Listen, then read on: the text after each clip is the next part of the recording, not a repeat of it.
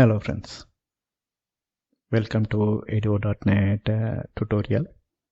In this video we will talk about connection string and how it is useful to tell how to connect to a specific database.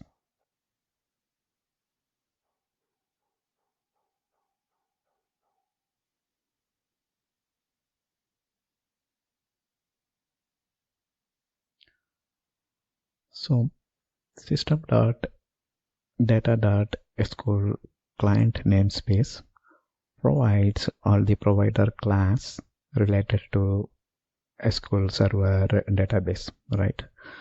So in that, one of the class is called SQL connection. So this class SQL connection is useful to connect to SQL Server database.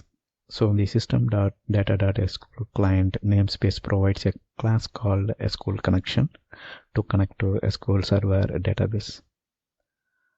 There are overloaded constructors for SQL connection, in which one of the constructor takes connection string. So overloaded constructor in the sense there are many form of constructor with a different number of argument or type of argument, in which one of the constructor takes a string, right? That string represents a connection string. So that's why we call this as a connection string. It's actually a string, but the string is in a specific form to represent the connection to a database. A connection string is a name value pair separated by semicolon. So if you see, it will be kind of name value semicolon. It will go like that to denote different part.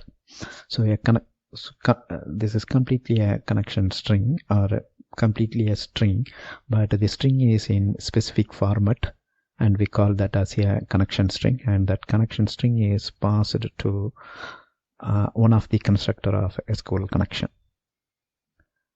A connection string is a name value pair separated by semicolon, which defines how to connect to a database. So its main purpose is to connecting to a database.